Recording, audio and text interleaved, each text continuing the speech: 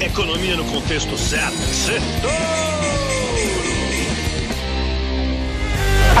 Boa noite, Brasil, ouvintes da Jovem Pan, bem-vindos a mais um Sextouro, resumo da semana econômica no contexto certo. E na última semana do trimestre, as previsões de juros altos por muito tempo lá fora se acalmaram um pouco ontem, quando saiu a inflação melhor do que esperado na Europa, e ainda mais hoje, que foi divulgada a inflação ao consumidor americano abaixo do esperado também. Isso animou um pouco as bolsas, só que até quinta-feira, as bolsas tinham sido machucadas. A semana tinha sido muito dura. Os riscos que pesaram durante o mês de setembro voltaram essa semana.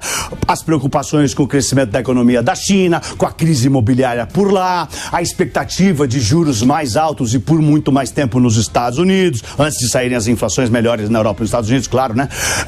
Foram esses os riscos que derrubaram as bolsas em países emergentes como o Brasil em setembro. A alta do preço do petróleo e a potencial paralisação do governo americano neste domingo, depois de amanhã, também assustaram os investidores de novo. Além disso, voltaram os receios de que o governo brasileiro não consiga cumprir a promessa de equilíbrio das contas públicas no ano que vem. Um assunto local que pesou nas ações por aqui.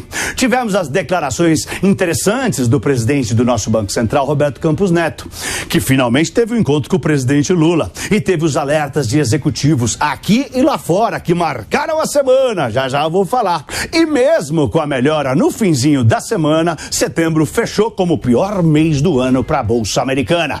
Bom, o nosso Ibovespa B3 parecia mostrar uma reação na virada de agosto para setembro, mas acabou praticamente no 0 a 0, depois de ter caído 5% em agosto. O dólar disparou e bateu 5,07 na quarta-feira, acompanhando o índice do dólar, o DXY, que subiu 10 dias seguidos até ontem. Bom, falando na Bolsa do Dólar, vamos ver como é que eles fecharam na semana e no mês.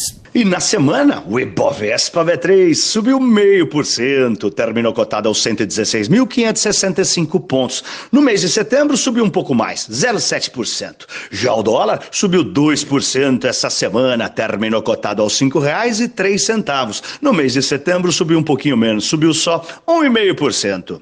E agora vamos para os pontos que eu separei para o nosso Sextouro de hoje. Primeiro, o morde e assopra de Roberto Campos Neto. Nesta semana, saiu a ata da última reunião do Banco Central e o RTI, Relatório Trimestral da Inflação. Como sempre, o presidente do Banco Central, Roberto Campos Neto, fez uma coletiva para falar sobre o relatório. Ele também falou numa audiência da Câmara. As declarações foram meio que morde e assopra. Na Câmara, ele foi suave, falou que o Brasil está tendo uma desinflação acentuada e as expectativas de inflação estão estáveis. Isso animou os investidores. Já na coletiva, admitiu, abre aspas, que a barra está ligeiramente mais alta para acelerar o ritmo de queda de juros. Com isso, as apostas de que a Selic possa cair com firmeza e ficar abaixo de 10% esvaziaram. A fala de Campos Neto reforçou o que foi dito na ata do Copom, que disse ser pouco provável a intensificação do ritmo de corte de juros para 75 bips em dezembro, como alguns analistas estavam prevendo. Isso tirou um pouco do ânimo das ações, já que se os juros não caem tanto, a bolsa não sobe tanto. Mas na coletiva de ontem ele falou que à medida que algumas medidas forem aprovadas no Congresso, a percepção de risco fiscal vai cair. Vai, Torinho! 2. Lula e Campos Neto fazem a primeira reunião. O presidente do nosso Banco Central se reuniu com o presidente Lula 10 meses depois da posse do presidente, que já chamou ele de este cidadão tinhoso, teimoso, que não entende nada de povo e mais um monte de coisas. Como sabemos, várias vezes o ministro da Fazenda, Fernando Haddad, fez o papel de bombeiro para acalmar um pouco os ânimos do presidente da República e desse estresse entre eles. Bom, oficialmente dessa reunião, a gente só sabe o que o Haddad falou e o que o Campos Neto confirmou, que foi uma reunião produtiva, que foi cordial. Campos Neto disse que o Banco Central quer e vai colaborar com o governo. Parece que eles terão outras reuniões a partir de agora. Uma aproximação entre o governo e o Banco Central pode ajudar a acelerar a agenda econômica no legislativo, tendo o chefe do Banco Central como fiador. Pelo bem do Brasil, tomara que a paz tenha sido selada entre os dois. Terceiro ponto, alerta do CEO do maior banco dos Estados Unidos. O presidente do JP Morgan, Jamie Dimon, o Jamie Dimon, disse que o Banco Central americano poderia aumentar as taxas de juros dos atuais 5,5% para 7% ao ano, mas alertou que o planeta não estaria preparado para taxas de juros tão altas. Dimon disse que taxas de juros de 7% ao ano seriam o pior cenário se a estagflação se instalasse. Estagflação é uma situação de inflação associada a nenhum crescimento ou pouquíssimo crescimento econômico, o PIB fica parado. Ele pediu para os clientes do banco dele, o JP Morgan, se prepararem para esse tipo de estresse. As falas geraram mal-estar no mundo inteiro, as bolsas caíram para tudo quanto é lugar, as taxas de juros dos Estados Unidos, nesse patamar de 7%, tirariam muito dinheiro das ações, já que os investidores migrariam para ativos de renda fixa lá na América. Sem contar que muitos investidores dos Estados Unidos que investem fora da América iam repatriar os seus investimentos, para isso iam ter que recomprar os dólares, iam pressionar ainda mais o índice do dólar para cima. Essa foi uma das razões porque o dólar voltou para cima de R$5 aqui no Brasil. Quarto ponto, alerta do CEO da Gerdau. O presidente da siderúrgica Gerdau, Jorge Gerdau, também fez um alerta. Ele declarou sua preocupação com a alta da importação de aços planos vindos da China para a América do Sul. Disse que caso os impostos de importação não aumentem para uma alíquota de uns 25%, a produção brasileira de siderurgia pode cair de 10% a 30%. Aliás, já se fala em demissões na Gerdau.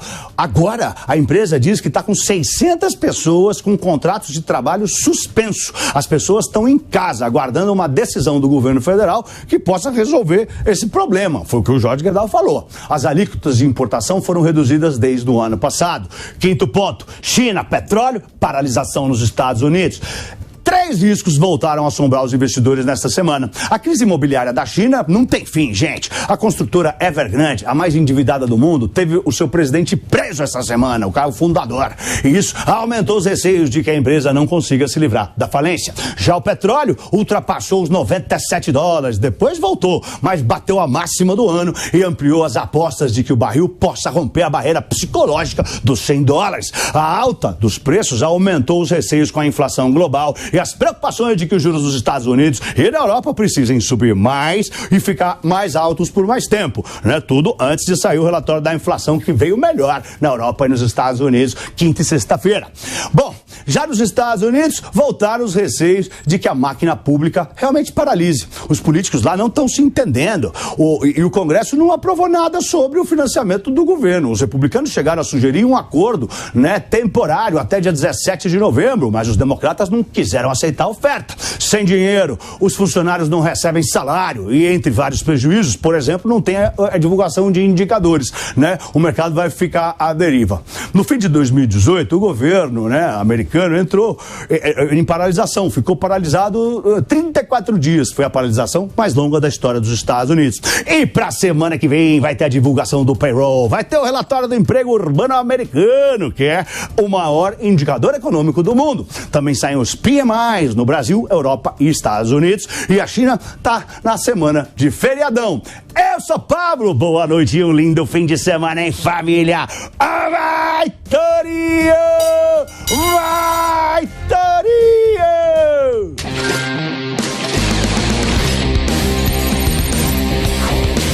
Economia no contexto certo. Sextou!